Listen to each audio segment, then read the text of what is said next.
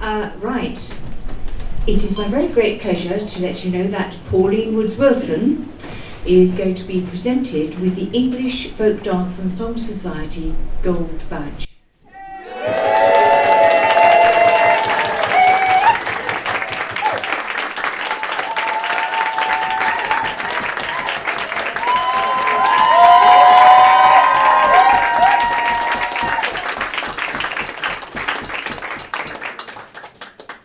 The citation has been prepared and will be read by Eliza Russell. The badge itself was going to be presented by Mike Heaney.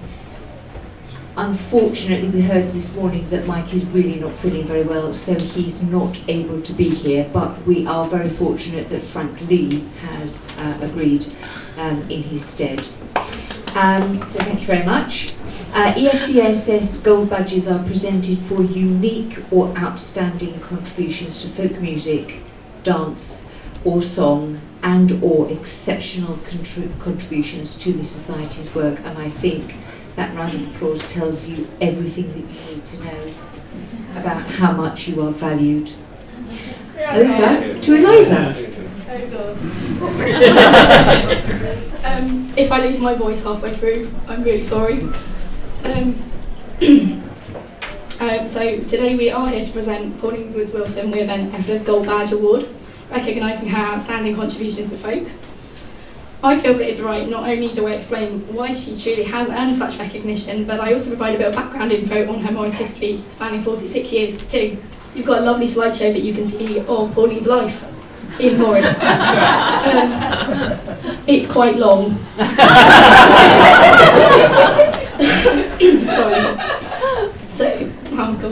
So a history of Pauline Woods-Wilson.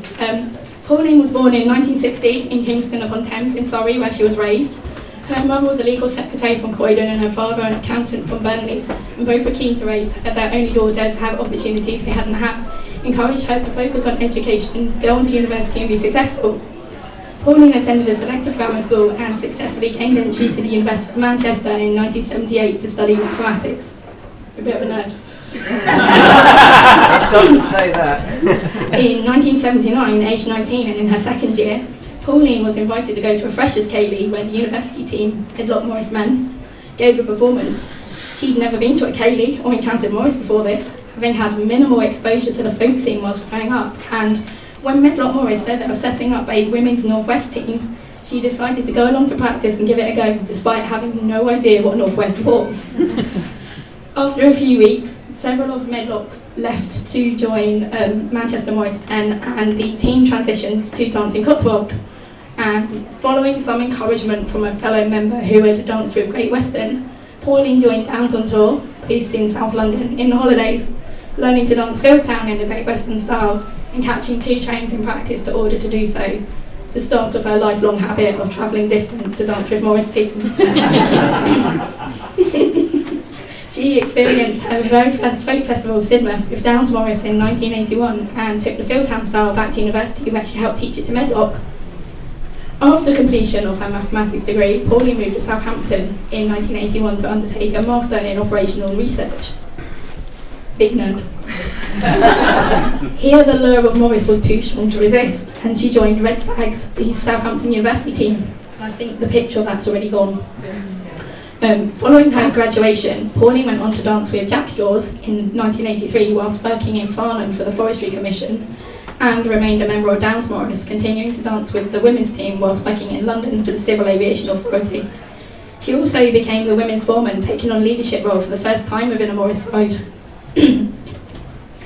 In her 46 years of dancing, Pauline has danced with a selection of teams from across the country, performing a variety of different styles and traditions. She is recognised by many today as a keen Northwest dancer, currently dancing with Chiltern Hundreds, Rivington Morris and Liberty Hill, although her first true experience of Northwest wasn't until 1986, when she moved to Leeds for work as a senior programmer for the University of Leeds Computing Service and joined Brigade Morris, having discovered there was no local women's Cotswold team. She then joined Wakefield shortly after, in 1987, having been introduced to the team via a member of Brigade and was informed that they danced across the music. Pauline states that it took a fair while to learn how to enjoy Northwest. Having been a Cotswold dancer, but the passion grew and she soon fell in love with the tradition. Pauline's enthusiasm for joining teams continued into the 90s, when in 1991, upon learning that the Men's of Downs had formed an offshoot known as Downs on Tour, with no fixed abode or regular practice location, some of the women of Downs Morris decided to also start dancing together again, and thus the joint team of Downs on Tour started, with Pauline getting together with her partner Dennis. Where's Dennis? Yay, Dennis. A partner of 34 years. Dennis Taylor in the process through their shared love of Morris. In 1995, Pauline joined Windsor Morris. They're definitely here. She doesn't like them. After she moved her class out to be with Dennis, Dennis was also keen, as he'd previously been invited to join by Windsor's original musician Alan Weir some years earlier. And so they attended some taster sessions and joined the team together, with Pauline later going on to become foreman. In around 1998, Pauline found herself joining Chiltern Hundreds, encountered for the first time during the very wet Windsor Morris Day Tour. They performed Portland Hill upstairs in the Liberal Club, ripping up the wet floor in the process, and her fate was sealed. She continues to dance with them to this day, becoming the furthest travelled and one of the longest serving members of the team, alongside Dennis, having now been a member for over 25 years. During her 5 years as foreman for Windsor Morris, Pauline longed to bring the patterns of her now beloved Northwest into the Cotswold traditions, and alongside her partner Dennis, created two Brack 8-person dances, Lust for a Sailor and Alexander's Demise, written in an X formation by Pauline and to tunes arranged by Dennis. They also co-created the 3-person stick dance, Gin and Lemon, inspired by the sticking movements of Downs on Tour men. The dance was written with Badby styling and the figures modified for 3 people. When initially demonstrating the new dance, one person stated that they felt like a lemon, and another said, well, I'd rather have a gin and lemon, and thus the dance was named. And if that's not correct, somebody please correct me. But I got that second hand. These dances are still part of Windsor Morris's repertoire to this day and form part of not just Pauline and Dennis's personal legacy, but also the history of the team. Pauline and Dennis moved north to Dent, Cumbria in 2003.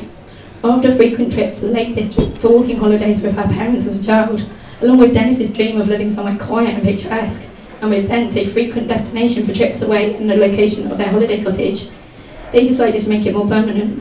Despite being away members of both Windsor and Chiltern Hundreds, along with Downs on Tour, they went to watch Rivington Morris, based in Blackrod near Bolton, perform one midweek evening at a pub by a canal, along with a beer festival and a curry. And after admiring Rivington's straight lines and precision in dances for 12, plus being the serial team joiner that she is, Pauline felt the pull of Rivington and, of course, became a member. In 2010, Pauline was indoctrinated into the world of rapper when she joined Sisters in Arms Rapper, based in Preston. Then around the same time, both Pauline and Dennis joined Crook Morris, a local team based in Kendal, after being invited by friends who were already members. Crook danced a mixture of Cotswold, border and rapper, and with Pauline as Tommy, went on to win Dirt Open competition in 2014. In around 2017, whilst working for Lancaster University as head of project management and planning, and having developed a taste for border Morris and its kit, Pauline joined Stone the Crows border, based in Leyland, Lancashire, a shorter drive from her workplace. And in 2021, now retired from paid work, volunteering as president for the Morris Federation, and with only 5 current teams and plenty time for more, Pauline was approached to teach Cotswold Morris to the newly formed Lancaster University team, Red Rose Morris. Having worked at the university for a number of years, and with past teaching experience, history of dancing with 2 university teams herself, and a keenness for bringing folk traditions into future generations, how could she say no? She embraced the opportunity, bringing Morris traditions to students from a variety of backgrounds. Pauline saw an advert by newly formed Midlands-based Northwest team Liberty Hill in 2023, offering taster sessions. The the opportunity to join another Northwest team, and one which had broken into the folk scene fully formed, comprised of seasoned dancers, performing with a high energy style, was very alluring, and despite the long distance travel to practice, and Dennis questioning the sanity of the situation, Pauline found herself dancing out with them for the first time in 2024. So, Morris Federation. In 2019, having retired early from working in IT, most recently as head of IT project management at Lancaster University, Pauline decided she would like to dedicate her newly found free time to the Morris Federation in order to give back to the hobby she'd enjoyed for 40 years. Following her long and varied career in IT and project management, she was used to managing projects, teams and events, felt her work experience and skills stood her in good stead and applied for the role. Following a successful campaign, she won the election, yay, and took up the post on January 1st, 2020 with 3 personal aims. 1, to continue expanding the website with relevant information for member teams. 2, to assist younger and new teams with whatever they need, even just the admin of setting up a new team. And 3, to communicate directly with individual dancers, musicians and performers via different media to involve them more in the work of the Morris Federation. It was then she realised that being president was slightly more involved than just giving after dinner speeches. And the role quickly took over not only her life but Dennis's too, whose ideas of a peaceful retirement was scuppered and instead replaced by lovingly supporting Pauline, allowing her time to carry out her new role to the best of her ability. Yay, Dennis. With the first COVID-19 lockdown announced on the 23rd of March 2020, Pauline threw herself enthusiastically into her work, making it her personal lockdown mission to keep people as engaged and focused as possible through otherwise bleak times, becoming totally consumed, that's her wording, not mine, with the idea of taking Morris events online to keep people interested and active despite restrictions on daily life. With the idea of creating isolation instructional videos to share via the Morris Federation YouTube channel to keep people dancing and engaged during the first lockdown, Pauline set about coercing fellow dancers and musicians into creating content. The first instructional video was created by Owen Borman. Yay! And was for the Cotswold jig Nuttingale in the Fieldtown tradition. This proved hugely popular, being the first of its kind, and today is still the Morris Federation's most viewed video, standing at 8,500 views currently. Well done, Owen. With the sorry, I'm losing my voice. With the advent of Zoom, Pauline organised, advertised, ran and hosted a total of 41 Zoom events during lockdowns between November 2020 and May 2021. Yeah, wow. And these had an engagement rate of 3,088 participants. Due to isolation and restrictions to going out during COVID lockdowns, many people were lacking in the ability to partake in adequate physical activity. And thanks to Pauline's initiative, the organised Zoom events and instructional videos provided such people with an opportunity to stay active, promoting both physical and mental well-being in a time where people were both socially and physically isolated. Sorry, it's a bit long. Having successfully persuaded people to give up their time for free to run workshops on specialist subjects, the online events Pauline organised were across a very broad range of topics related to folk and folk arts, and included talks on various subjects such as making rapper swords, clog making, Whittlesey straw bear, pipe and tabor, fiddle and melodeon playing, using information technology to help your side, as well as dance workshops on Morris jigs, Northwest solo dances, and a border solo dance which was actually written by Pauline and Linda Glanville for the specific purpose of teaching to a Zoom audience. You were busy.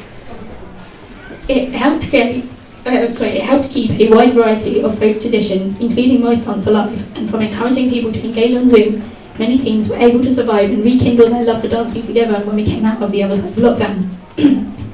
Nothing like lockdown had happened before, and we were all thrown into the unknown together, and thus Pauline was a pioneer in paving the way for creating online and free resources, events, talks and dance workshops.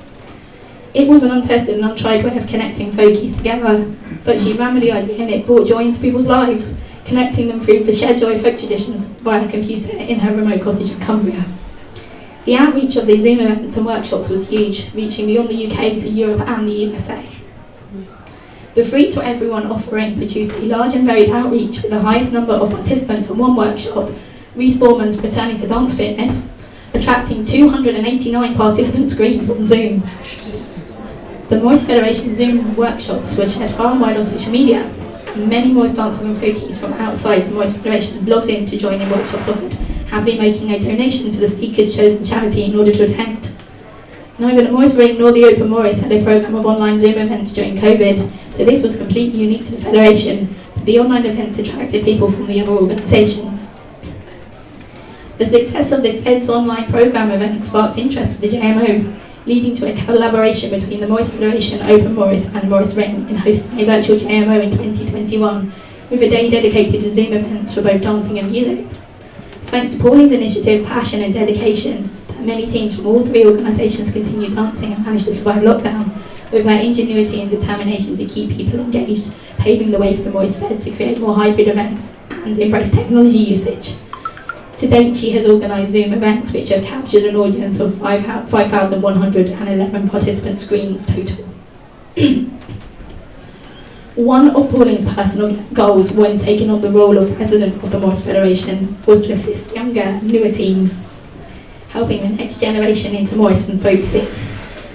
She engages enthusiastically with folk projects and is keen to secure a future in Morris for generations to come, always looking for new ways to encourage participation of younger dancers and those of all backgrounds. Pauline channeled this passion, along with her IT and project management skills, into setting up the Buzzing Britain Schools project, and in 2024 helped the Morris Federation win a successful Arts Council bid for £27,000 for funding. That's a lot. This saw the Morris Federation connecting with 18 primary schools across 3 regions, North East Derbyshire, Kirklees and Preston, to bring Morris dancing and folk into schools. Yes, that's obvious. These areas were chosen because they'd been recognised as levelling up for culture regions and had diverse communities, as well as often a lack of funding for cultural activities. Many of the children who were engaged in the project had never heard of Morris dancing before, and the project helped them not only engage with traditional English cultural heritage and folk traditions, but also to discover the local traditions which were right on their own doorsteps. The project involved creating video and teaching resources which were then shown to and used for the children in schools, and the Morris Federation employed folk 3D and breaking traditions to go into school and directly engage with children in workshops, which mixed traditional Morris dancing with modern music and dance. The Morris Federation created 18 kit bags of sticks, bells and hankies and provided these on free loan to the schools taking part. The children were encouraged to then make their dances their own, choosing sticks, hankies or both, choose the music for their dances. Tunes included Wellerman and Baby Shark, and even designed sashes and badges to wear for their performances, and the feeling of ownership helped to engage them. The schools from different regions then came together to perform in 3 showcases, where they performed for each other, along with providing moral support, positive feedback on each other's dances, and the chance to see a selection of folk and other styles of dance in action, including step clogging, break dancing, rapper, the traditional Cotswold Morris team, and a fusion of Morris jig with martial arts. There is a picture on there somewhere. The result of the project was 18 groups of children who had fused Morris dancing with modern dance, break dancing and gymnastics, and were clearly loving it. Several of the 18 schools requested that the Morris Federation come back and teach children again, and one school had even started up a dance club off the back of the project.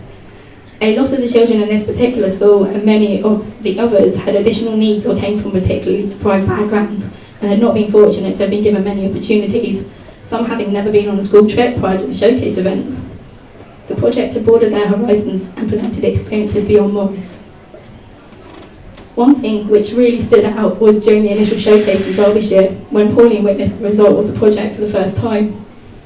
Overcome with emotion, it was clear to all that she was touched by the enthusiasm and success presented to her by the children, as they danced Weekly Trunkles so proudly, keen to show what they learned. It touched hearts, including mine.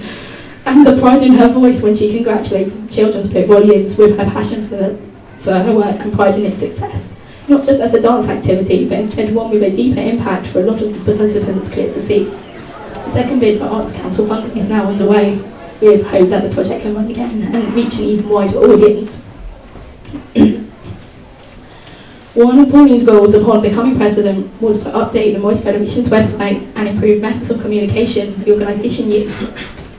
Well versed in the use of IT, she drew upon skills from her working life and went about setting up what's now become the regular What's On Morris Federation broadcast emails, taking more communication online to raise rates of engagement with the Morris Federation membership by advertising events and sharing relevant news and information via regular email broadcast, which you should all receive. Alongside this, Pauline added vital information and content to the Morris Federation's website, including updating the old members' manual guidance for teams and making it all available online, 2 new digital-only publications, and, following successful negotiation, digital archive copies of Rattle Up My Boys magazine and many other pages beside. She changed the way that the AGM packs went out, making them available to Morris Federation members online and through the website instead of in paper form, in order to make these vital documents as accessible as possible.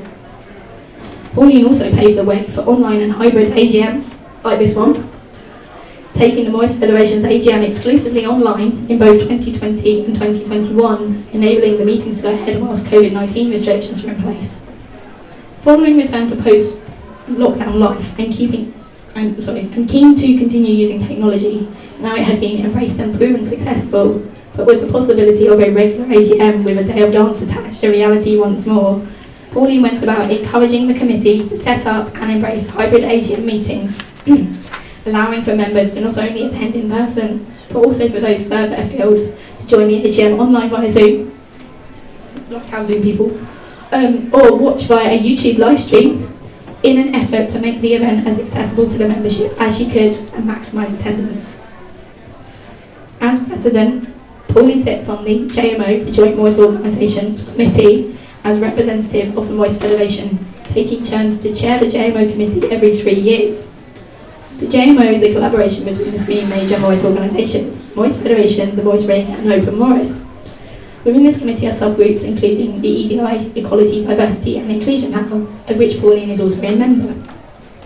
An advocate for making Morris dancing as accessible and inclusive as possible, Pauline has worked to bring inclusive and improved language around gender to the Morris Federation website, working to update and modernise language used in the Fed's Team Finder to web tool to better respect our diverse membership and reflect positive shifts in attitude towards language. In Pauline's time as President, we've seen vast improvements in relationships between the 3 Morris organisations and EFDSS. She's a wonderful team player, and has worked tirelessly to strengthen ties between the Morris Federation, Open Morris and Morris Ring. Relationships between the 3 Morris organisations and EFDSS have never been as strong as they are now, and with one Fed officer, Jenny, noting, "We are now on hugging terms." Along with strengthened bond between the orgs has come a desire to work even more closely together, and as a result, changing some long-held attitudes and practices, with the 3 organisations now working firmly together instead of separately, collaborating on policies and moving Morris into the 21st century, strengthened for the future. Pauline has worked tirelessly to get not only herself, but also the Morris Federation to the point where we're at today. Going into the 50th anniversary of the Fed, which was originally set up as the Women's Morris Federation, in response to the Morris Ring historically only allowing male members, being only the 2nd Federation President and the only female one to ever receive a gold badge, and the other one being John Bacon in 2018. It seems fitting that this is the year she should receive this award. I would like to congratulate her on behalf of the Morris Federation Committee and our members, and thank her on behalf of the folk world for all she's done and continues to do. I asked her what the highlights of her time working as President are, and was touched when I realised that all of them featured bringing people together and improvements in lives. The Zoom workshops, which brought people together during unprecedented times, the Schools Project, which provided children with valuable life experiences, the strengthened relationships between the 3 Morris organisations, and the joy she feels when meeting other people as enthusiastic and as passionate about Morris as she is. Pauline, your humble attitude, positive outlook, dedication, determination and passion for the things that you love make you an outstanding and remarkable person. I'm so proud of you.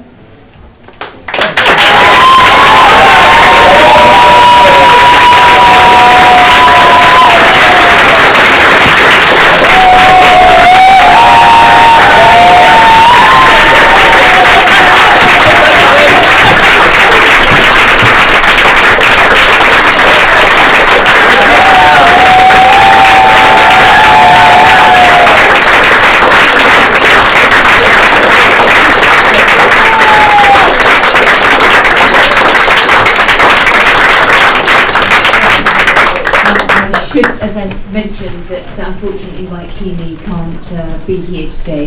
We hope he gets better quickly.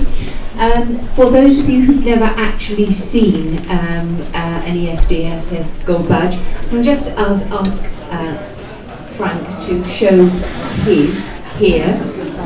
It's really very, very beautiful, and it will be presented to her in due course. We did actually think about trying to get a motorcycle courier down to Oxford to come back. I thought that this morning, and then Drew said, "Don't be stupid." However, we do have something that we would like Frank to present to Pauline in honour of her receipt of an EFDSS Gold Badge. Mr. Frank Lee.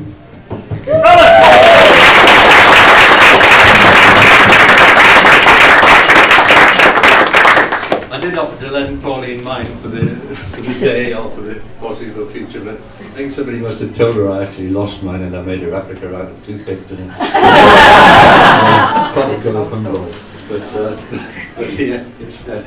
Oh, you might want to take it out. Take it out of that. Oh, that was wrong. Okay. Oh, what is it? It's a gold die.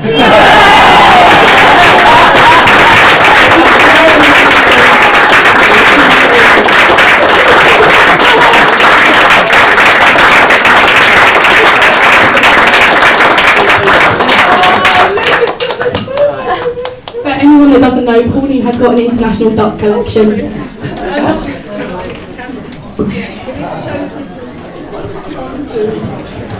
So here is a very lovely duck, and it's got the EFDSS sword lock on the front. Oh, fantastic. It's cracking. As Eliza likes to tell us. Yeah. I should have said Pauline was the one who pinned mine on me 2 years ago. So very nice to be able to do that. I know, that's so lovely, Frank. Thank you.